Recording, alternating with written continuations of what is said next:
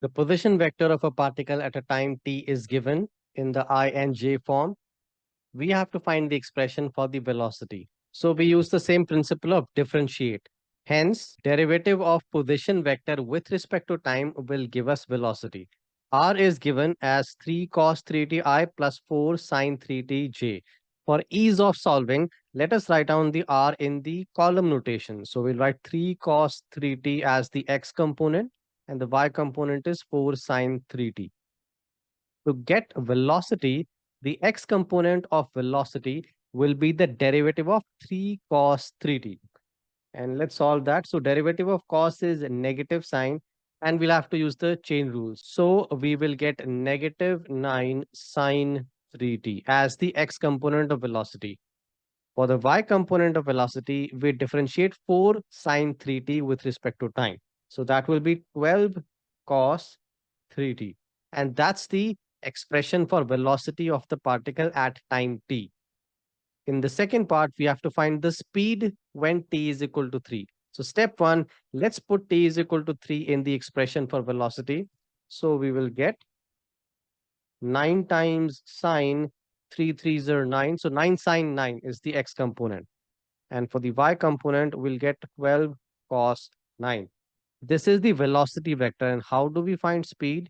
Speed is nothing but the magnitude or the modulus of the velocity vector. For that, we use the Pythagoras theorem.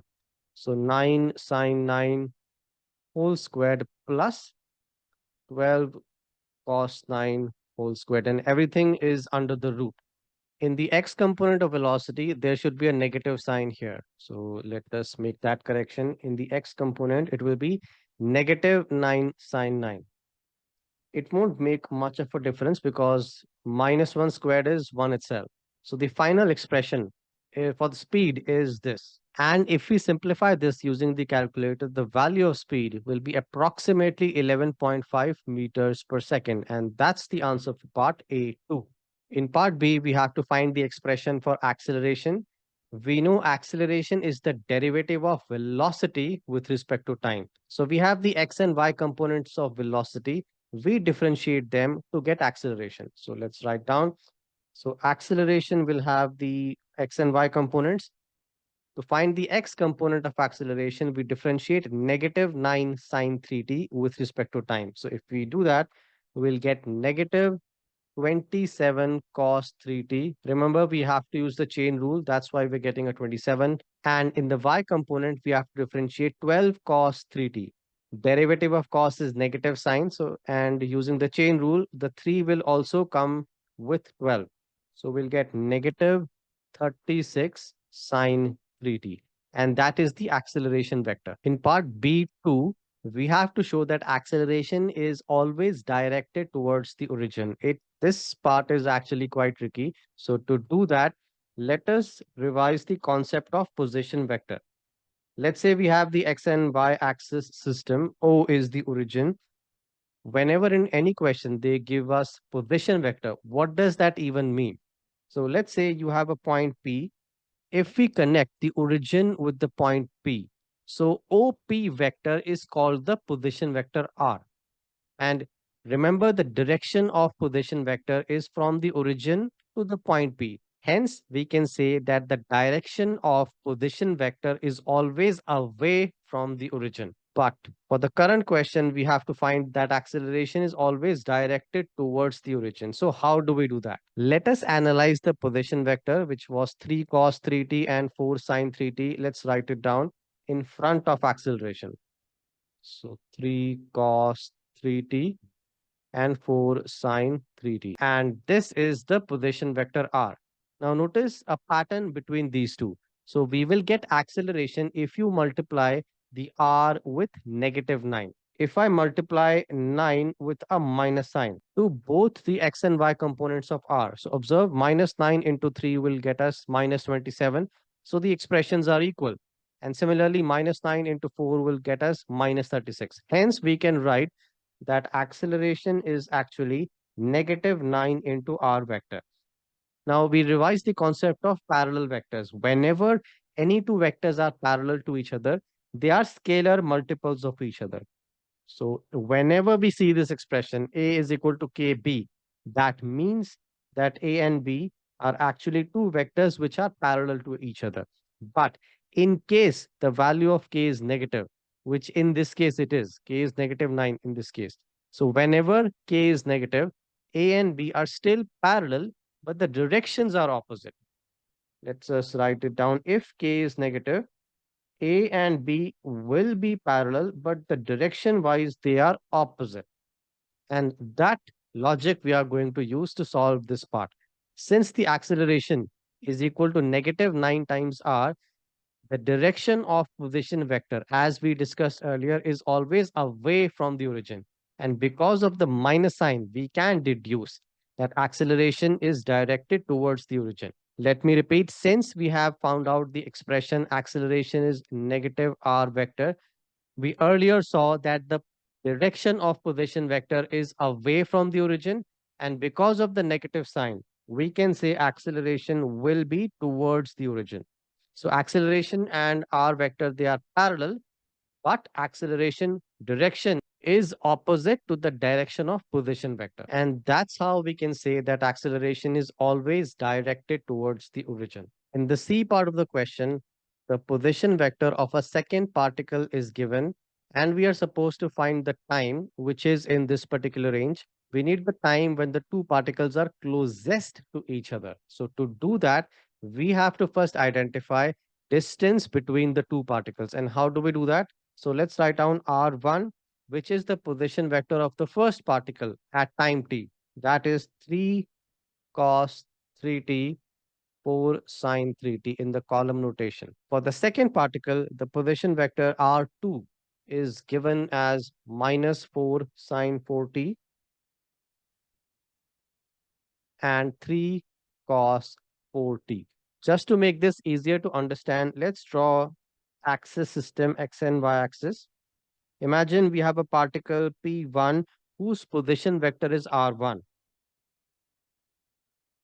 And then you have another particle P2 whose position vector is R2.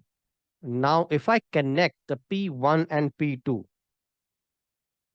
so P1, P2 in the vector form is written as R2 minus R1. Now, in order to find the length P2, so P1, P2 length is just the magnitude or modulus of P1, P2 vector. So we will write down magnitude of R2 minus R1. R2 and R1 we already can see over here. So let's subtract the two, R2 minus R1. So what will we get? R2 minus R1 will be minus 4 sine 4t minus 3 cos 3t. So we can see that we are just subtracting the x components. Now we subtract the y component. So we'll get 3 cos 4t minus 4 sine 3t. And we have to find the magnitude of this entire expression. To do that, we will use the Pythagoras theorem. Hence, the length P1, P2 will be equal to square root of the x component squared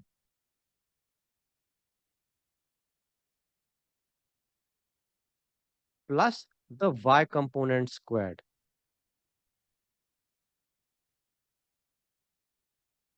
Note the entire expression needs to be under the square root. So this is the expression for the distance between the two particles. Going back to the question, we were supposed to find a time when the two particles are closest to each other. That means we need to find out the minimum value of P1, P2. And how do we do that? We'll use the calculator and try to find out the minimum value of this entire expression. And if we do that, the value which we are going to get will be 4.71. So let's write down at t is equal to 4.71 seconds, the value of P1, P2 is minimum. And that's the answer for part C. Now for the D part, it's given that the second particle is moving parallel to the first particle, and we are supposed to find the value of K. So let's solve this question over here. Let's repeat, the second particle is moving parallel. Now remember, in this entire chapter of vectors kinematics, whenever we have the word parallel, we need to recall the concept of parallel vectors. So whenever any two vectors A and B are parallel, that means one vector will be a scalar multiple of the other. In this case, it's mentioned that the second particle is moving parallel to the first particle. That means that the velocity of the second particle is parallel to the first particle. So we can write v2 is equal to k times v1. Now, how do we find velocity? We just differentiate the position vector with respect to time. Now, the v1, which was the velocity vector for the first particle, we already had found earlier over here, negative 9 sine 3t and 12 cos 3t. So let's write that down. So v1 will be equal to negative 9 sine 3t is the x component of velocity. And for the y component, we have 12 cos 3t. So this is the velocity vector for the first particle. For the second particle, the position vector is given. So we differentiate this with respect to time. We have minus 4 sine 4t as the x component of the position vector. So if we differentiate that with respect to time, we will get negative 16 cos 4t using the chain rule. And for the y component of velocity, we differentiate 3 cos 40, which we'll get as negative 12 sine 40. And that's the v2 vector. Let's write down the entire expression now in one line. So v2 minus 16 cos 4t minus 12 sine 4t. This is equal to k into v1.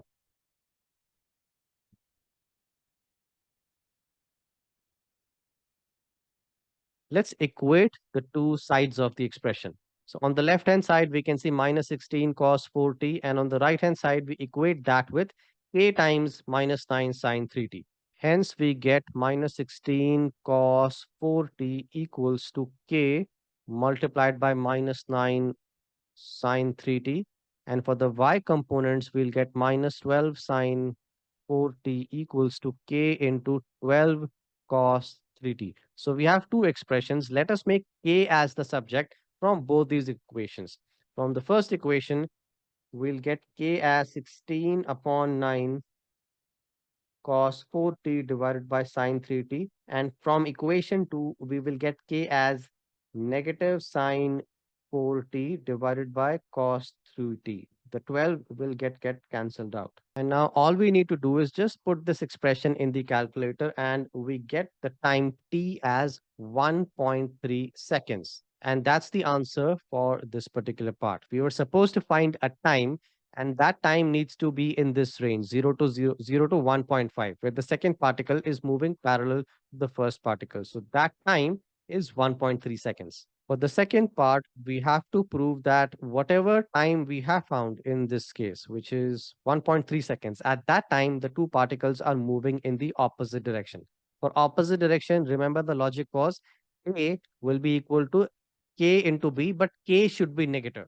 V2 in this case is negative 16 cos 4t, negative 12 sine 4t. So all we need to do is put the value of time t as 1.3 in this expression and use the calculator. We will get V2 as minus 7.57 will be the x component and 10.6 will be the y component. And if we also write that in the I and j form, we'll get minus 7.57i plus 10.6j. So that's the V2 vector. For V1 vector, the expression is over here. So again, put t as 1.3 in that. So the value of V1, which we will get after simplifying using the calculator, V1 will be 6.22 as the x component and negative 8.68 as the y component. Let's write that also in the I and j form, 6.22i minus 8.68j. Now we are supposed to prove that the particles are moving in the opposite direction. And of course, they are parallel. Since they are parallel, first we will write V2 is equal to K times V1, and then we'll try to prove that the value of K is negative. And let's see. So V2 is negative 7.57, 10.6. That is equal to K into 6.22 and minus 8.68. Now let's try to equate the X and Y components on both sides.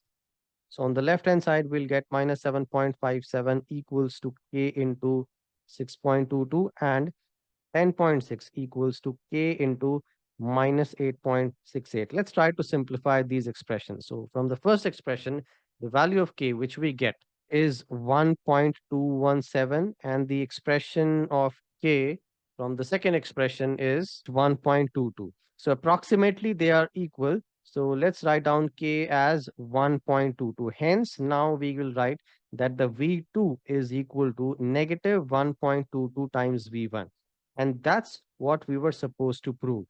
Velocity vector 2 is a scalar multiple of the first velocity vector, but the value of k is negative. And whenever we have a negative sign, that implies that the particles are moving in the opposite direction.